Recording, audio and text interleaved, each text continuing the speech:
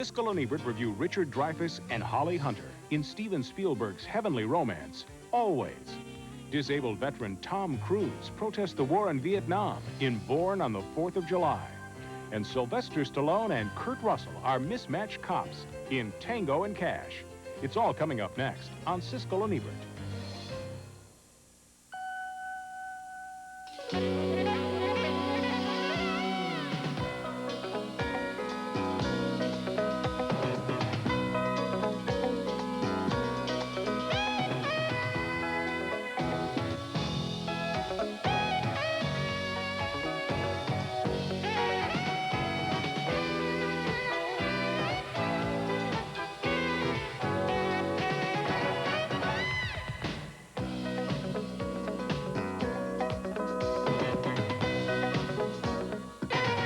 Fuel you got left? I love it in the kitchen, baby. You know that. Richard Dreyfuss and Holly Hunter are lovers separated by dangerous work and then by life itself in Steven Spielberg's Always. That's one of 5 big new holiday movies we'll be reviewing this week on Siskel and Ebert. I'm Gene Siskel of the Chicago Tribune. And I'm Roger Ebert of the Chicago Sun-Times. Our first movie is Always, a film that Steven Spielberg says he's wanted to make for years and years now, ever since he first saw a 1944 movie called A Guy Named Joe, starring Spencer Tracy. That one was set in World War II and was about bomber pilots. This one is set in the present day, and it's about firefighters who use airplanes to dump chemicals on blazing forests. But the stories are very much the same. In the Spielberg remake, Richard Dreyfuss stars as a daredevil pilot, and Holly Hunter is the air traffic controller he's in love with. She loves him too, so it drives her crazy when he takes big chances. You think you can buy me off with some crummy present you probably picked up at an airport gift shop? It's worked before. Yeah, I don't want it. What do you think? You think you can make it back? It ain't happening. Fire's gonna hit the fuel tank any second. Dreyfuss's best pal is another pilot played by John Goodman. One day his plane catches fire. Dreyfuss goes into a dive to save him by dumping firefighting chemicals on his plane, and it's a dive that Dreyfuss doesn't survive. Hey, Pete, this is Boss. That dive is way too steep, way too steep. Pull up out of there. After he dies in the crash, Dreyfuss encounters a heavenly guide played by Audrey Hepburn. And he's given his assignment: return to Earth and help train a young pilot as his replacement. The catch is that young pilot, played by Brad Johnson, is falling in love with Dreyfuss's old girlfriend. You know, I think you've got me all wrong. You invited me here because I'm a safe, well-mannered guy who will play along with your memories of Pete. I don't have any memories of Pete. I have memories of my own, but I don't let them get in the way of my life. Always makes the kind of grand emotional gesture that Steven Spielberg likes in his films, and it's filled with the sensational special effects that he's famous for. But somehow, they don't add up to much. The whole movie feels like a story gimmick without much heart. And the special effects are possibly even overdone this time.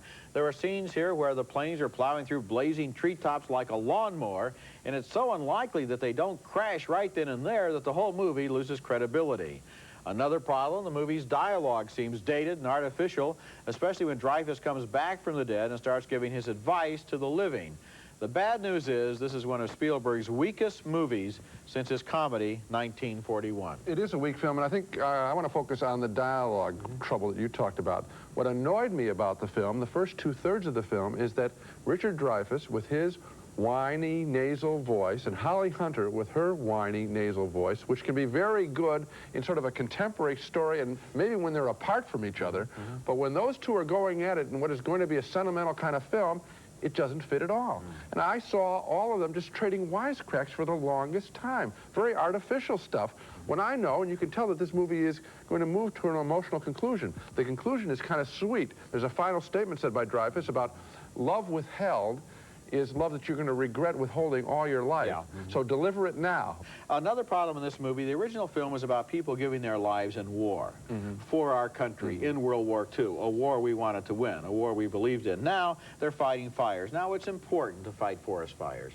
But it's not, I just don't think it's important enough to sacrifice your life to fight a forest fire. And that's what these people, not only does he do it, but every day they go out there as if they could do it, so that it takes the realistic what are you going like this for? Because I think you're going to be misunderstood. Oh, I wouldn't want that to happen. Okay, no. I think that the forest fires, however important that is, it's important, okay? But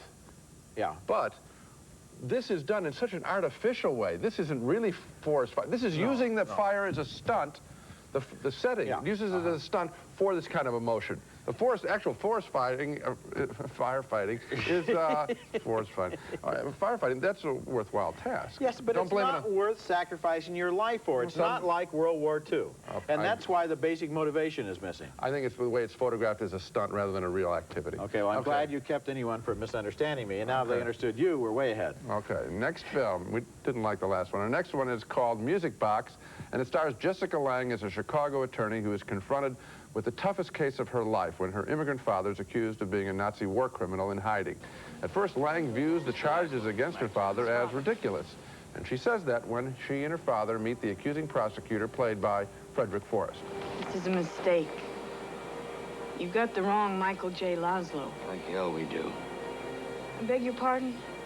We don't have the wrong man. I didn't do any of this. It's not me. I'm a citizen. I'm a good American. That's Armin Mueller's style as the father. Once in court, Lange is forced to admit that her father improperly filled out his application in the 40s for admission to the United States, claiming to be a farmer. My father was a gendarme, but he was not a member of the special section. My father worked as a clerk in an office. He requested that assignment because he could not tolerate the brutalities that he witnessed his fellow gendarmes commit. The big issue in the trial revolves around an identity card that her father had during the war, and whether or not it has been tampered with by communists back in Hungary.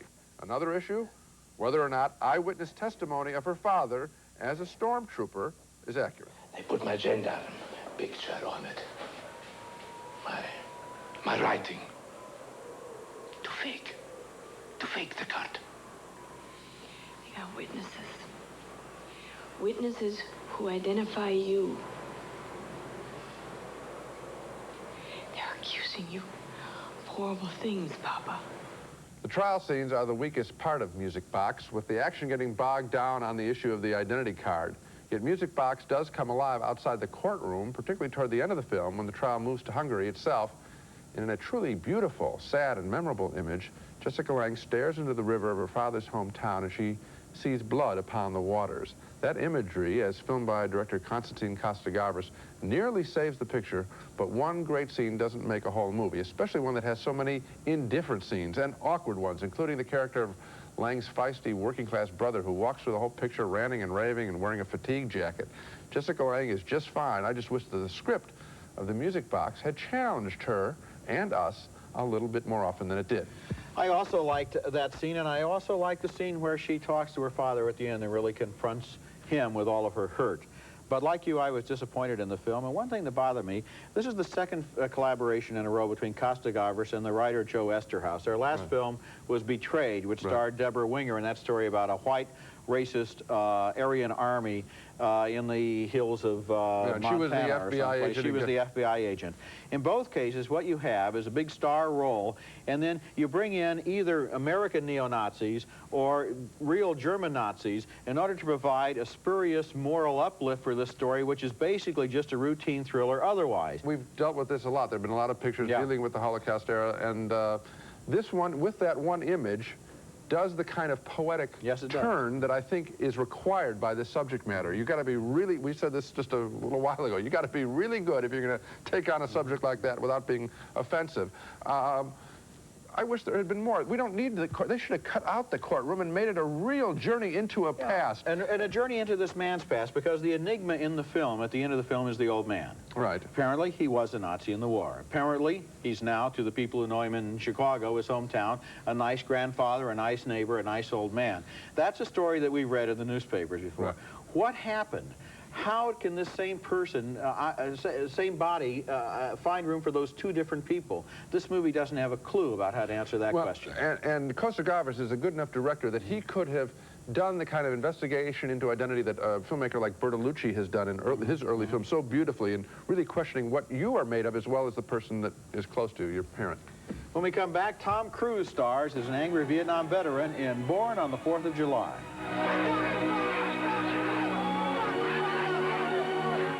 The last time you got your film developed, how many saw this seal on their photo envelopes?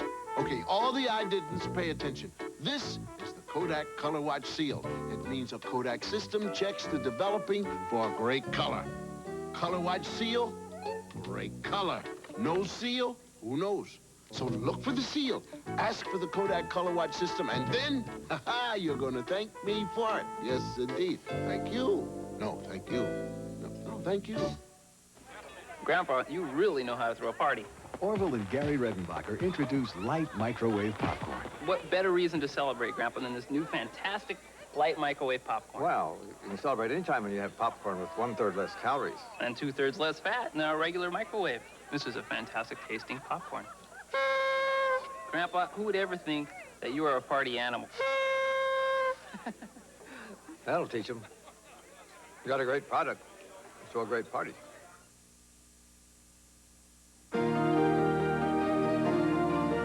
The Toyota Camry. Family Circle magazine named it Family Car of the Year. I love what you do for me, Toyota. The Toyota Camry Extra Value Options Package. You don't have to give up a lot to get a lot. I love what you do for me, Toyota. I put off telling him as long as I could. We had just gotten married. That I'd lost my wedding band. We looked everywhere. It was gone. I'd never felt so terrible in my life. But since I bought it with my Citibank Visa, I got it replaced. Free. At Citibank, almost everything you buy with our card is insured at no extra cost. I was so I never relieved. thought the credit card you used could be that important. Not just Visa, Citibank Visa. Our next movie is Born on the 4th of July, and this is an amazingly powerful and important film built on a performance by Tom Cruise that is far beyond anything this talented young actor has done earlier in his career. It's a brave performance about a brave man, a Vietnam veteran named Ron Kovic, whose autobiography inspired the film. As the movie opens, Kovic, played by Cruise, is a typical teenager in a typical small American town, and he's proud that he has volunteered to be a Marine. I'm going to boot camp soon. I joined the Marines for 4 years, so I go to Vietnam. They say I'll probably go right on the front line. Really? Wow. I see a lot of action. He considers it his patriotic duty to fight in Vietnam, and one day, like thousands of other young Americans, he's seriously injured in battle.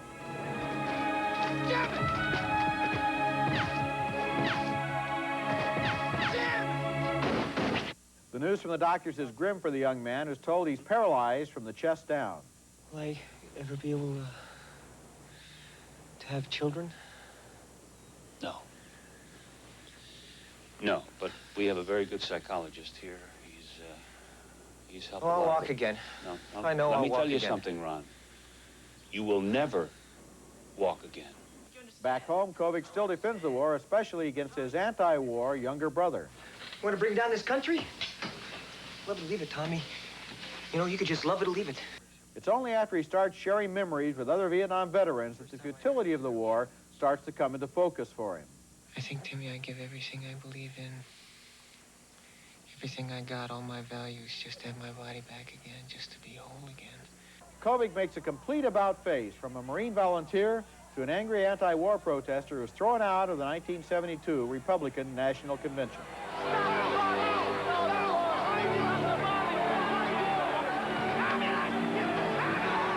Born on the 4th of July is based on the life of one Vietnam veteran, and it was directed by another one, Oliver Stone, who told his own story in the Academy Award-winning movie Platoon.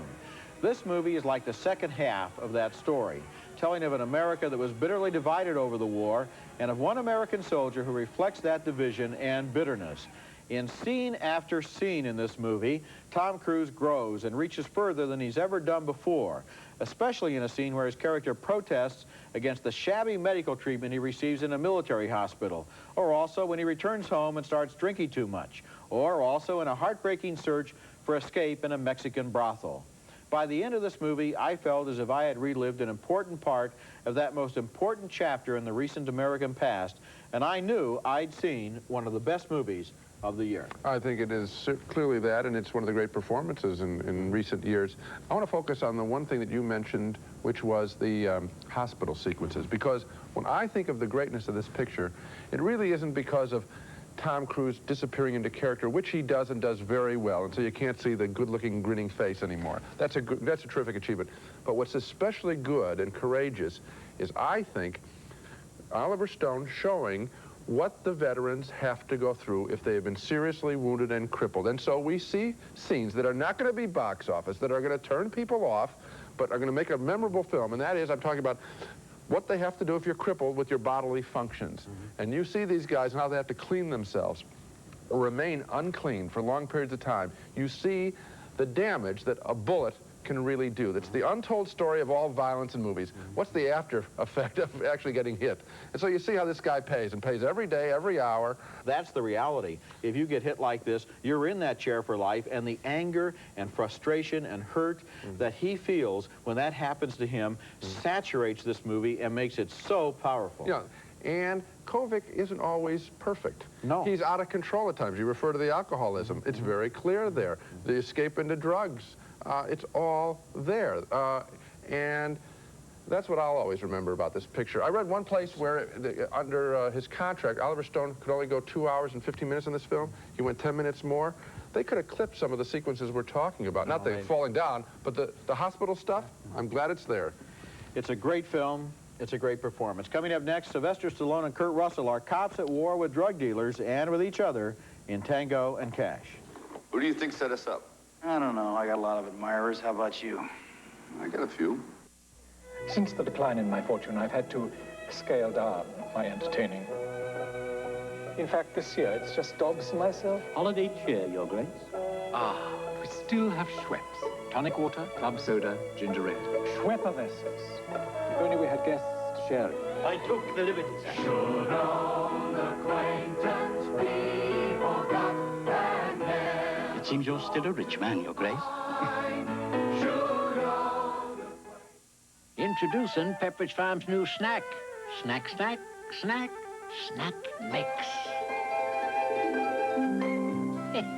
With so many tantalizing tastes, it's 7 different kinds of delicious. How to spot a Pepperidge Farm distinctive cookie. Dark chocolate hidden between delicate vanilla wafers is Milano. But soon as you see one, it disappears. If you enjoy skiing downhill, Chevy's got something just for you. America's favorite ski lift, Chevy S10 Blazer 4x4, with patented shipped-on-the-fly Instatrack. Nobody's winning like the heartbeat of America. Chevy's got a blockbuster event for truckers. It's the last great deals of the decade. And now is your time to get a great winning deal on today's Chevy trucks. But get trucking now before Chevy's last great deals of the decade are history. Sharp. Most of the world's made for small people, but I like things made for me, big. Introducing Sharp Vision, the ultimate home theater. A remarkable portable 100-inch LCD projection system that makes every event a big event. Zoom from 20 inches to an amazing 100 inches big. Sports so real, it's like being back on the court again. Sharp Vision, the ultimate home theater. You don't just watch it, you live it. To live the excitement, call 1-800-BE-SHARP. Our next film is called Tango and Cash, a lethal weapon wannabe about 2 cops that is ultimately an exhausting, unhappy entertainment thanks to a hyper-violent story that has feuding cop partners Sylvester Stallone and Kurt Russell emptying a virtual munitions factory of firepower into a gang of drug-dealing mobsters led by Jack Palance. And the boys, and these truly are boys, meet cute as they are both sent from competing police districts in Los Angeles to the same drug deal. They know of each other's drug-busting reputations. You know me, huh? Yeah, I hear you're the second best cop in L.A. That's funny. I hear the same thing about you. The drug dealers soon arrange through crooked cops to frame both Tango and Cash, and that forces the boys to bicker even more. My lawyer wants me to cop a plea. Yeah, mine too. 18 months, Lompoc Federal Country Club. I think you'll love it. I understand they open the gym at 5 a.m. You can start pumping early. Predictably, the movie ends with its biggest display of firepower as the boys are outfitted with a souped-up RV in which they attack the gangsters' headquarters.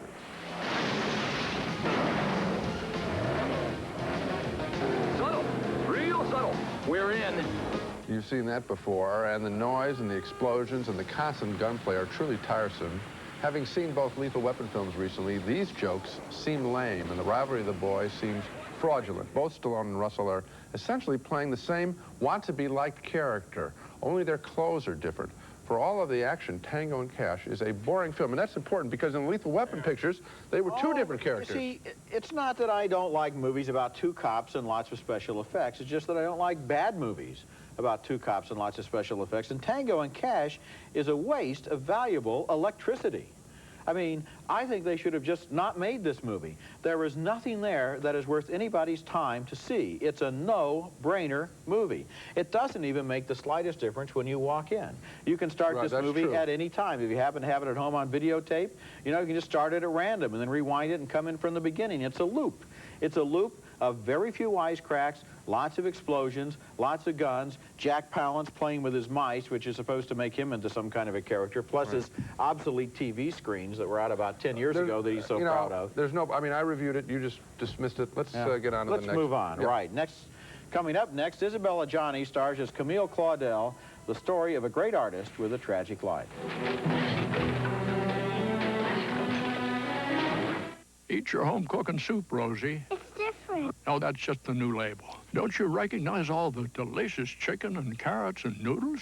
They just changed the home cooking on the outside, not the home cooking on the inside. Home cooking soups from Campbell's. These are two identical slotted spoons and two very different spaghetti sauces, Prego and Ragu. When you see them side by side, the difference really comes through. Prego spaghetti sauce. Homemade taste. It's in there. I see your true colors shining through. I see your true colors shining through. Don't be afraid to let them show. Catch the true colors of the season on Kodacolor Gold films.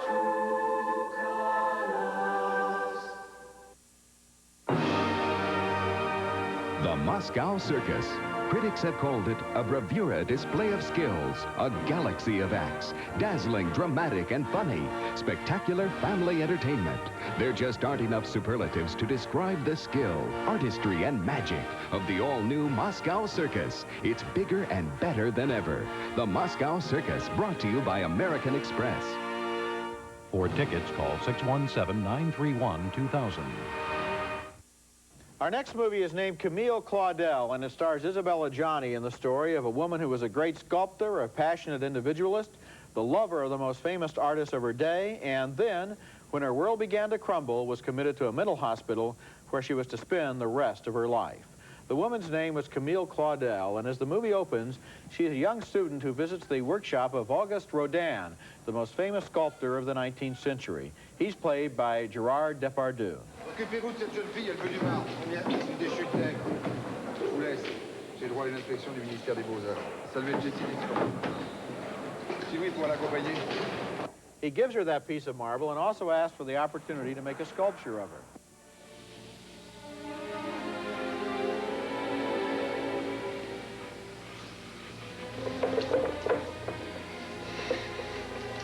He sculpts her, but she also sculpts him, and he is astonished when he sees the result. C'est saisissant. Hein? C'est de l'alchimie.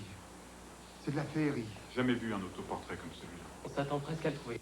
Camille Claudel begins to win fame for her work, but Rodin is jealous of her talent and wants her to remain only his devoted student and mistress. J'aurais préféré être dans un asile, là où tu aimerais bien me mettre d'ailleurs. Complètement J'aimerais bien me mettre dans un asile. T'es complètement ivre morte, complètement saoule.